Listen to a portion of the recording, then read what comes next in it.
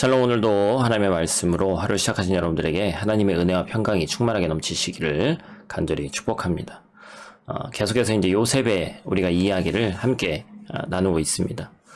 어찌 보면 모든 것이 순조로워 보이는 이 상황 가운데 오늘 본문의 말씀은 보디발의 아내가, 우리가 너무나도 잘 알고 있는 말씀이죠. 요셉을 유혹하면서 동침을 요구한 사건이 등장합니다.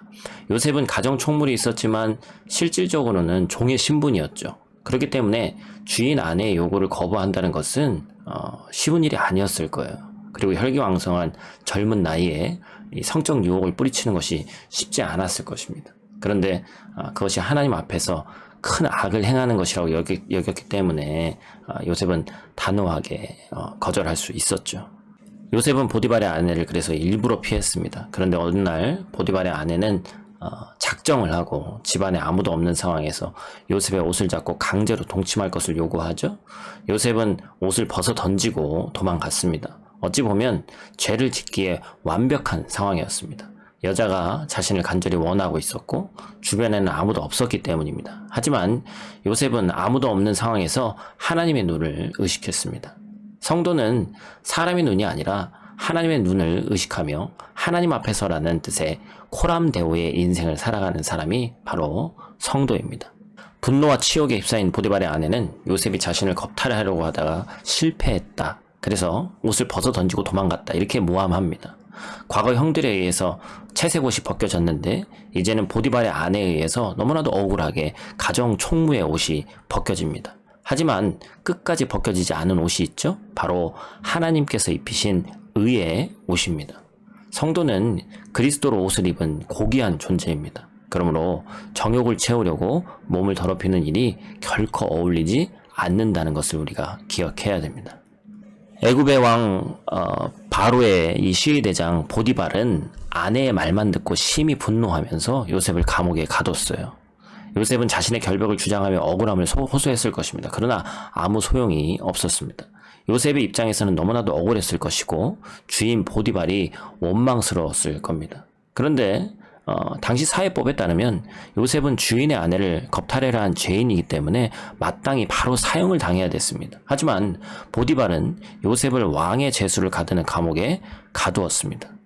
현대 신학자들도 얘기하기를 아마도 보디발이 아내의 말을 전적으로 믿지 않았을 것이다.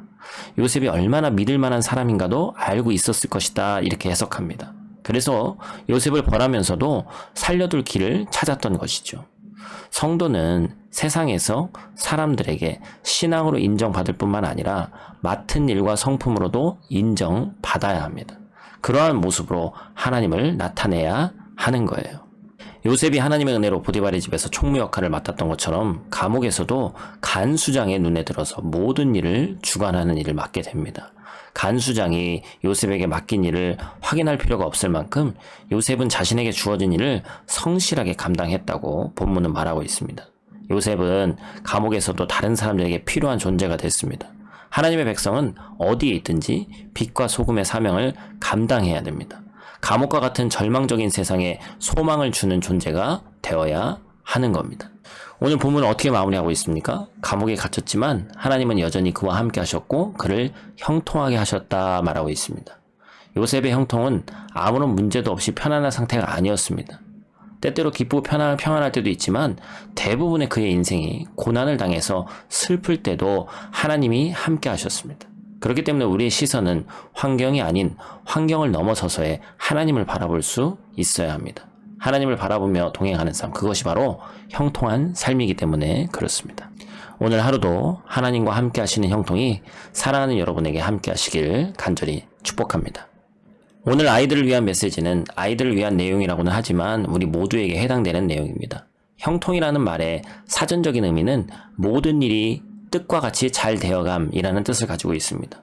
그래서 세상에서 말하는 형통은 성공이고 번영이며 소위 잘 나가는 것입니다. 그러나 우리는 그리스도인으로서 아이들에게 더 중요한 형통의 포인트를 가르쳐야 합니다. 돈도 벌고 높은 자리에 올라가고 유명한 사람이 되는 것도 중요하지만 그 어느 순간에든 하나님과 함께 하지 않으면 그것은 진정한 형통이 아니라는 것을 가르쳐 줘야 합니다. 우리가 물려줄 수 있는 가장 소중하고 위대한 유산은 신앙의 유산이라는 것을 꼭 가르쳐야 합니다. 요셉은 나이에 비해 철이 없는 청소년처럼 보였지만 신앙의 훈련이 누구보다 잘 돼 있었습니다. 그래서 한창 혈기왕성한 20대에도 신앙인답게 행동할 수 있었다는 사실을 우리가 잊어서는 안 될 것입니다. 오늘 하루 내가 그리고 우리 자녀들이 그런 자녀들이 되도록 꼭 하나님께 기도하시기를 간절히 축복합니다. 기도하겠습니다. 하나님 감사합니다. 하나님께서 요셉과 함께 하셨던 것처럼 우리 인생 가운데도 하나님께서 함께 하시기를 원합니다. 우리가 그리스도인으로서 어디에 있든지 무엇을 맡기든지 성실하게 하나님 앞에서 코람데오의 정신을 가지고 모든 일을 감당하기를 원합니다. 누군가에게 필요한 존재가 되길 원하고 어디에 있든지 빛과 소금으로서의 사명을 감당해내는 귀한 주의 자녀들 될 수 있도록 하나님 도와 주시옵소서.